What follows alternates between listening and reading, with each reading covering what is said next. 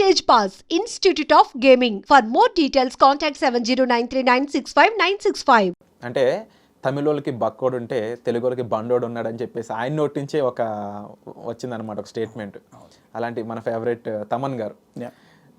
తమన్ గారి సాంగ్స్ ఏంటంటే all time హిట్స్లో ముఖ్యంగా హెవీ బీట్ అనేవి చాలా ఇదన్నమాట.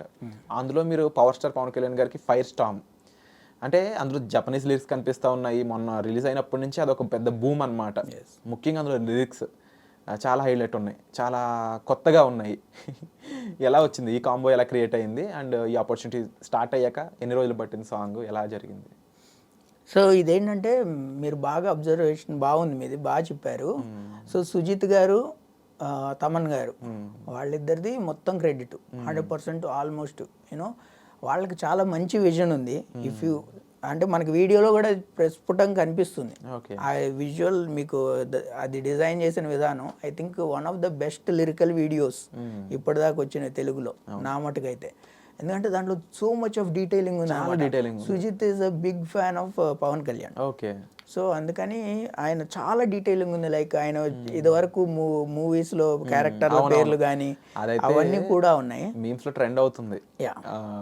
అంటే ఆ క్యారెక్టర్స్ కి ఉన్న క్వాలిటీస్ వర్ణిస్తూ గబ్బర్ సింగ్ అంటే ఇట్లా అని. అవును, అంటే మీరు ఒక పాట చేసి బయటికి తీసుకురావడం కదా, దాన్ని ఎంత బాగా చేద్దాం అన్నది తపన అనమాట దాంట్లో.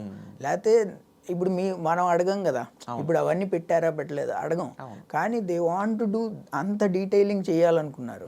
అలానే అది జపనీస్ లిరిక్స్ ఎందుకున్నాయి అన్న దానికి సినిమాలో జస్టిఫికేషన్ ఉంటుంది. సో ఆ జపనీస్ లిరిక్స్ అది అవసరం అనమాట, అందుకని ఉన్నాయి. సో అది కూడా తమన్ గారు యొక్క థాట్. చాలా మంచి డిజైన్, సౌండ్ డిజైన్. నాకైతే మైండ్ బ్లాస్ట్ అయిపోయింది. చాలా వర్స్టైల్ సాంగ్ అనేది వస్తున్నాయి మాటలు. ఎందుకంటే ఒక పక్కన ర్యాప్ ఉంది, ఇంకో పక్కన జపనీస్ లిరిక్స్ ఉన్నాయి, ఇంకో పక్కన రాజ్ కుమారి గారు ర్యాపర్, అలాగే మీ లిరిక్స్ ఉన్నాయి, తెలుగు మిక్స్ ఉంది. సో ఇంత వర్స్టైల్ సాంగ్ ఇప్పటివరకు చూడలేదు అనే విధంగా కూడా వినిపిస్తూ ఉంది.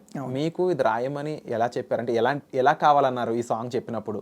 ఈ సాంగ్కి ఫైర్ అండ్ స్టామ్ అనే పేరే చెప్పారు అప్పుడు మీకు, లేదంటే అసలు ఎలా స్టార్ట్ అయింది? ఫైర్ స్టామ్ అనే చెప్పారు.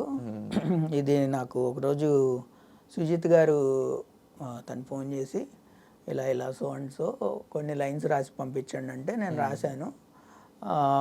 ఆయనకి నచ్చి దెన్ తమన్ గారిని కలిసాం. మేము కలిసిన తర్వాత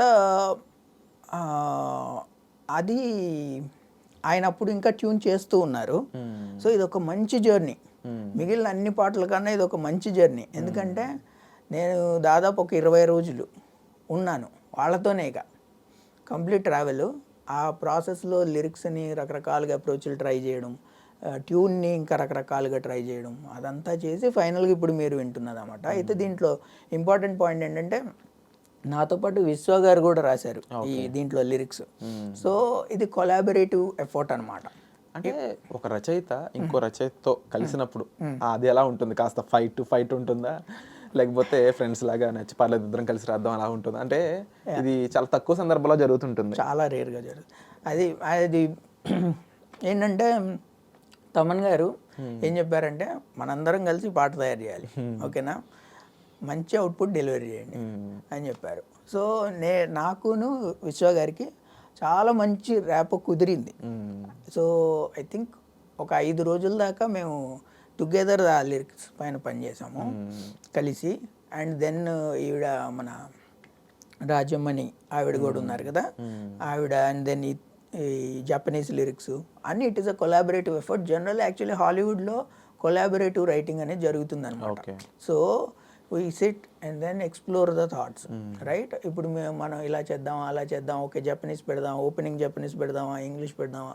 అంటే ఇందులో పవన్ కళ్యాణ్ గారు కూడా ఏమన్నా అంటే బాగా ఉందా ఈ డెసిషన్ తీసుకోవడానికి? ఎందుకంటే ఏమే రాజా అని ఒక హిందీ సాంగ్ తీసుకురావడం కానీ, లేకపోతే గుడుంబ శంకర్ ఒక ర్యాప్ సాంగ్ తీసుకురావడం కానీ, కాస్త ఇన్నోవేటివ్ ట్రయల్స్ ఆయన చేస్తూ ఉంటారు, లేకపోతే ఆయన సినిమాలో జరుగుతూ ఉంటాయి.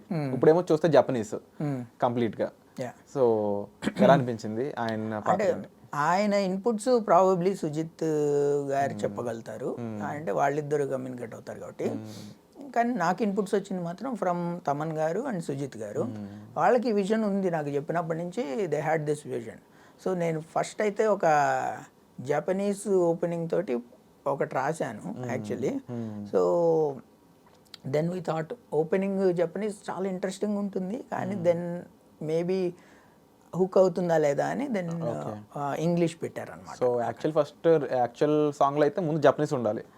జపనీస్ కూడా ఉండేది, అంటే we tried several variations. So దాంట్లో one of the thing is this final వర్షన్లో ఇలాగ ఇంగ్లీష్ Final version లో ఇది తెలుగు ఉంది. తర్వాత జపనీస్ అలా. yes అండ్ ఇప్పుడున్న జనరేషన్లో అండి జనరల్గా సాంగ్ వల్ల సినిమా హిట్ అవుతుంది.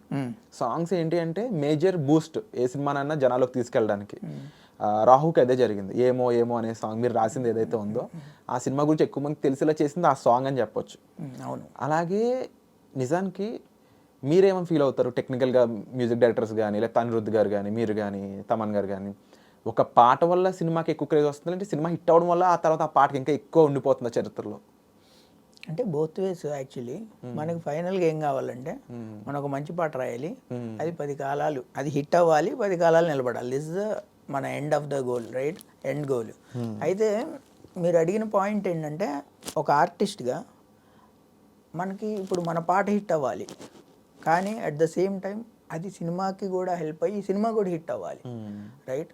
ఇప్పుడు సపోజ్ మన పాట చాలా పెద్ద హిట్ అయ్యి సినిమా ఆడకపోతే కూడా ఆ తర్వాత అంతగా వెళ్ళదు. లేదా అందరు కలిసిన వాళ్ళు బాగా రాశారండి మీరు, సినిమా ఆడుంటే బాగుండేది. అది యాక్చువల్లీ ఒక ఆర్టిస్ట్గా మనకు అది కాదు కావాల్సింది, మనకి పాట హిట్ అవ్వాలి, సినిమా కూడా హిట్ అవ్వాలి. వండర్ఫుల్. అంటే మీ థాట్స్ కానీ అవి చూస్తుంటే నిజంగా చాలా గొప్పగా కనిపిస్తూ ఉన్నాయి అన్నమాట. ఇప్పుడు శ్రీనివాస్ మౌలి గారికి ఫేవరెట్ లిరిసిస్ట్ అంటే ఎవరు చెప్తారు మన తెలుగులో? నాకు సీతారామ శాస్త్రి గారు అంటే చాలా ఇష్టం. ఆయన నాకు ఒక లిరిక్ రైటర్గా మాత్రమే కాదు, యాక్చువల్లీ ఆయన నాకు ఆయన పాటల్లో నుంచి ఫిలాసఫీని తీసుకొని నేను యాక్చువల్లీ లైఫ్ ఇలా చేసుకున్నా. ఆయన్ని నేను చాలాసార్లు కలిశాను. సో ఆయనకి నేను అభిమానిని. వండర్ఫుల్. సో నేను ఒక పాటల రచయిత అయ్యే కన్నా ముందు నేను అసలు ఫస్ట్ సీతారామ శాస్త్రి గారి అభిమానిని, ఆయన ఫాలోవర్ని. అభిమాని అంటే కట్అవుట్లు పెట్టడం అది కాదు, ఆయన చెప్పేవి ఫాలో చేసేవాడిని నేను. ఆయన పాటలు మీకు బాగా ఫేవరెట్ పాట అంటే? చాలా పాటలు ఉన్నాయి, ఒకటని కాదు. యాక్చువల్లీ నేను ఈ మధ్య అభిమానులందరూ కలిసి పుస్తకాలు రాశాను, ఆయన గురించి పుస్తకం రాశారు. దాంట్లో నేను లాస్ట్ ఇయర్ రాశాను, ఈ ఇయర్ ఎడిటర్గా బాధ్యత తీసుకున్నాను.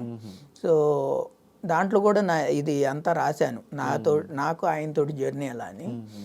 దెన్ ఆయన పాటల్లో నాకు బాగా ఇష్టమైంది ఒంటరిగా దిగులు బరువు మోయబోకు నేస్తం, మౌనం చూపిస్తుందా సమస్యలకు మార్గం, కష్టం వస్తేనే గద గుండె బలం తెలిసేది, దుఃఖానికి తల వంచితే తెలివికింక విలువేది, దుఃఖానికి తల వంచితే తెలివికింక విలువేది, మంచైనా చెడ్డైనా పంచుకోను నేలేనా, ఆ మాత్రం ఆత్మీయతకైనా పనికిరానా, ఎవ్వరితో ఏమాత్రం పంచుకోను వీలు లేని అంతటి ఏకాంతమైన చింతలేమిటండి అని ఒకటి ఉంటుంది. చెప్పాలని ఉంది గొంతు విప్పాలని ఉంది పాట.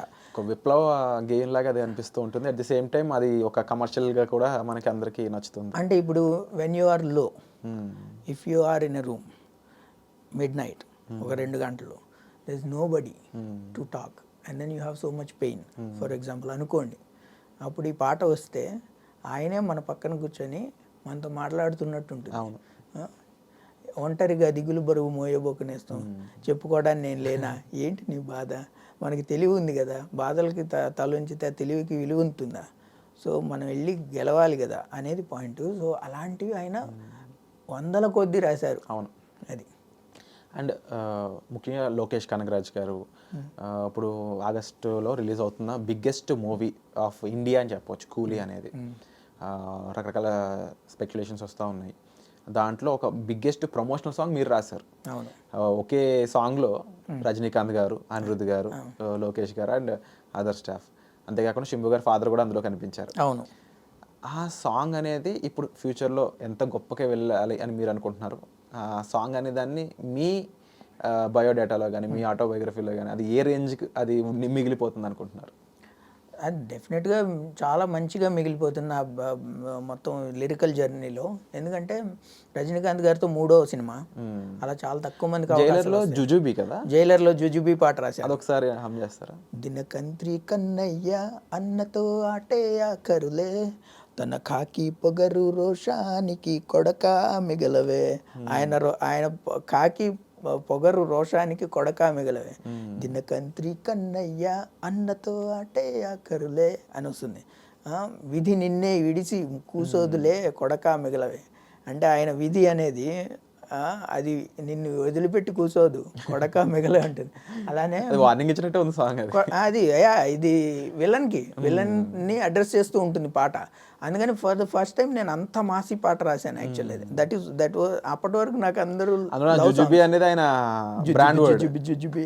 అవును, దాంట్లో రకరకాల మంచి ఎక్స్ప్రెషన్స్ ఉంటాయి. దాంట్లో కూడా ఇదేది వాల్కనో ముందా వేడుకలు, వాల్కనో ముందు వేడుకలు చేసుకోకు, అది లావాసెగల దావానలో కొడక మిగల. అంటే